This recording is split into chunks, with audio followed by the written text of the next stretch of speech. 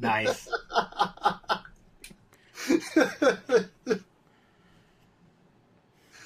Oh, that's great. Nice. I didn't hate the Nia Jax spot. I was just kind of confused by it. A lot of people seem to think that was testing the waters for intergender wrestling. I don't necessarily think that was the case, but it would still be a nice way to look at things. But people were pretty split. At the same time, we're giving them their own tag team titles. We were on the second annual version of their own version of the Rumble. They're having their own things. So what are you doing? Are you giving them their own stuff, or are you mixing them together? No clue. I'm wondering if it was more along the lines of to test the waters so that they could have intergender matches. So, like, when they do the mixed match challenge and shit like that, that they can... Well, they should be doing that anyway. I mean, so they can see if the men and women can go together. Lots of promotions do that. I agree. I get... Well, the whole publicly trading thing is what's bullshit. Yeah. But hey... we don't want to see boys beating up girls. We had a great Royal Rumble winner in Seth Rollins. It was a first-time winner. He didn't just come in at the end and clean house like some of them do. And he's only been world champion once. And he'll probably get a good match out of Brock. So we have a great Elimination Chamber booked now. 5 top SmackDown stars and Randy Orton. Well, Randy Orton's a top star. 5 people that are really good and deserving, and Randy Orton. Mustafa Ali is still getting pushed, despite the fact that he got eliminated by Nia Jax, which people were like, oh, you got eliminated by a woman. Well, she had to eliminate somebody, and it made sense to eliminate Great Khali got eliminated by a woman. Yeah, Great Khali. Chris Jericho got eliminated by a woman. Mark Henry got eliminated by a woman. And if y'all remember, Unico got eliminated by a woman. Because Karma physically threw him out of the match. Yep. After she scared Michael Cole over the top rope. Great Royal Rumble, great pay-per-view. Too long. Way too damn long. Way too long. And then all the freaking memes of people of the Lana limping like you're drunk or whatever, like you're hungover. Oh, yeah. And after watching, it's like, imagine if you were there and you then had to drive home. Well, at least it was on the West Coast, so it wasn't that late for them. Still. Yeah. Late for us, though. 9 o'clock over there when it was, by the time they got out of the building. If they got out quick. Well, I mean, if they had it on the East Coast, they would have gotten out at midnight. Yeah, because the show ended at like a 53 or 55. Yeah. So here's what we got. Seth Rollins versus Brock Lesnar. And... Yeah, both of them have already declared. And... Becky Lynch versus Ronda Rousey, and not Charlotte Flair, because now, well, they keep going back and forth on this, but right now it's going to be one-on-one again. Right at this current moment, yes. However, there apparently is a story written to get Charlotte into the match. So whether or not it happens, who knows? Which shouldn't happen. I agree. All right, so the big news this week is that Dean Ambrose has announced, some people say it's a work, but it seems to be pretty legitimate, that he will be leaving the WWE when his deal is up. His deal is up right after Mania. He apparently turned down a 7-figure 5-year deal because he's unhappy. And you know what? If he's unhappy... His reasoning was, I don't like the hooky shit. Yeah. Yeah. Did you see the Joey Ryan tweet where he's like, if he doesn't like hooky, promoter who books him against me... But yes, Ambrose, just like Itami, wants out and is going to be getting it. And it's already going to announce WWE.com, and it's really weird. Yeah, which is why even Meltz is saying that this very much could be. Could be. We shall see. Because, like, I said, like, I'd never even heard of that happening, and then someone was like, well, they did that with Punk, but they did that with Punk 2 weeks before his contract was over, not 3 months. Yeah. Yeah. So they might be doing this to garner some kind of feedback from the fans. Like, wouldn't they continue to try to negotiate with him? They're like, nope, we give up 3 months ahead of time. We give up. We're done trying. to keep a former world champion to stay with us. You would think that Vince is in a place where he would try to retain his talent, which is, mostly what they're trying to do with everybody. Well, they're freezing talent so they can't get out. Well, they also apparently they didn't let, I guess it was after SmackDown this week, everybody was backstage, and I mean everybody, and there was like a sit-down meeting with basically everybody individually throughout the night, basically telling them, anybody who's got a contract that's going to be up within the next 2 to 3 years, asking them to, if they wanted a bigger deal, sign an extension, make more money, blah, blah, blah. And the story is that all of the talent was backstage sitting in their respective locker rooms looking at each other going, did that seriously just happen? Again, this is in response to a company that hasn't even ran a show. Yep. Yeah, they didn't even they haven't taken any threats like this seriously. They always ignored Impact. They brushed off GFW, well, which was actually the right thing to do in that respective case, but they taken this one seriously, y'all. They are taking this one seriously. That's why, the Hideo news was weird, because it was it came out an hour after he wrestled on 205 Live. Yeah, which was... Someone's like, Hideo got released, and I was like, he wrestled an hour ago!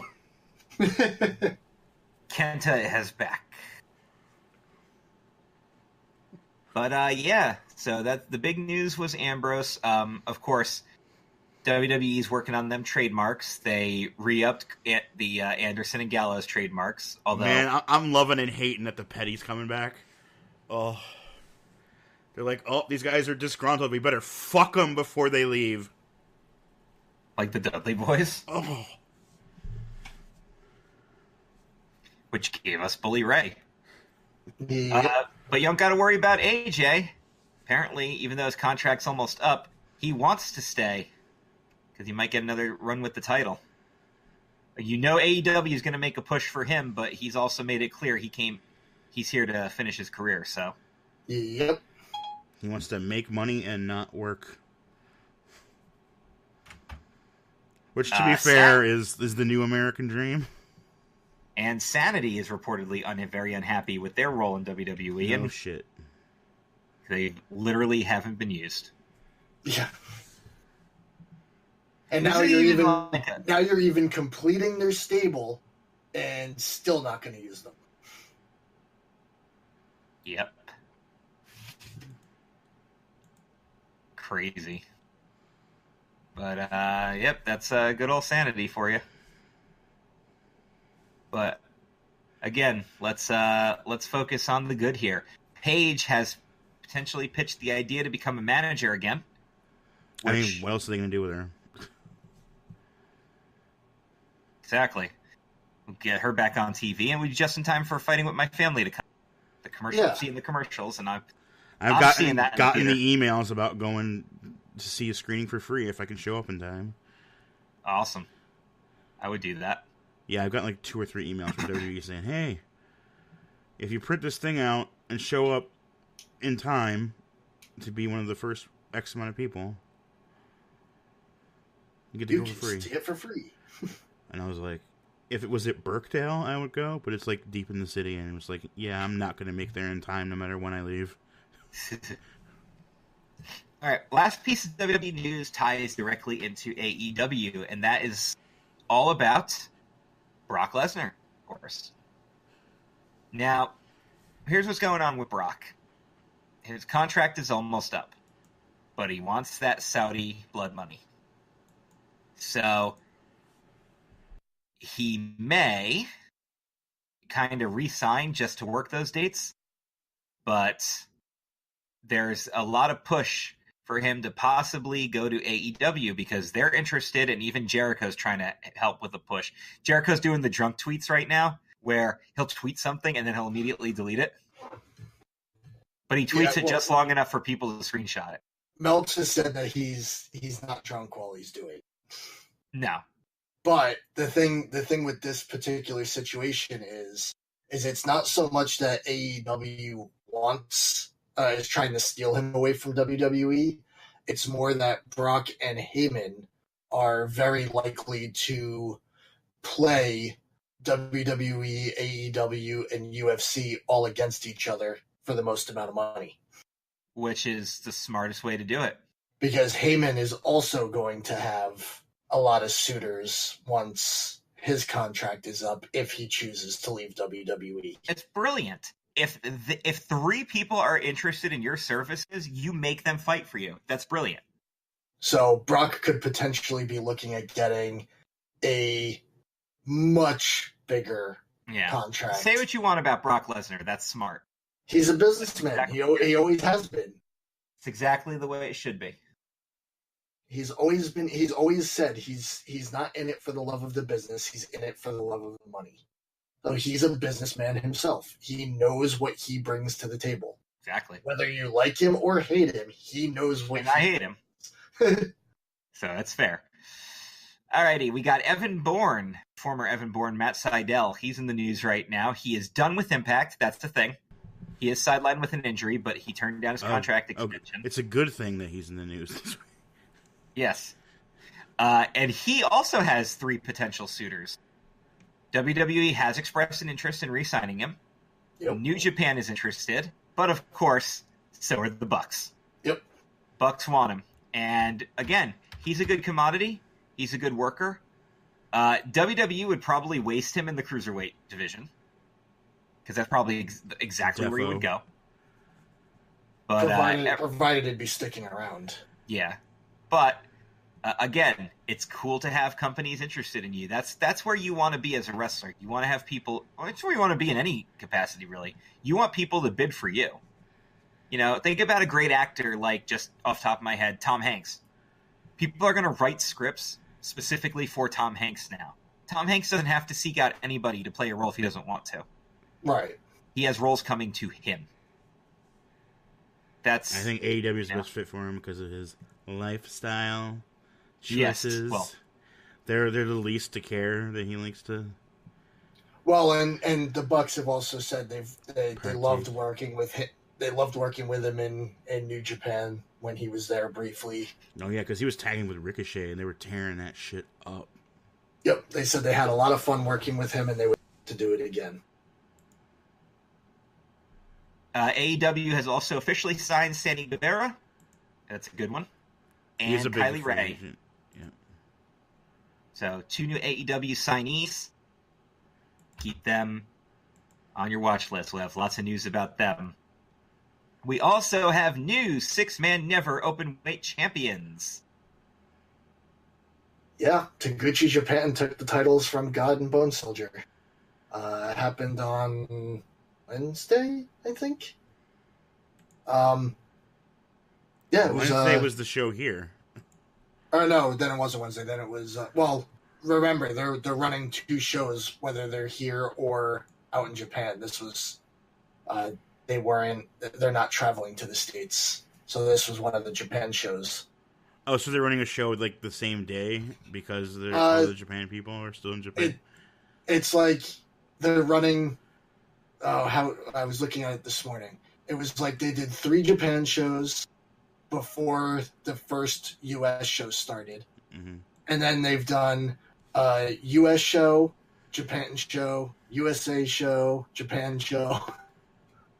Now, after the show in Charlotte that you guys did not attend, a huge "fuck you, Trump" chant erupted after they posted an apology about the government shutdown preventing the roster from getting there.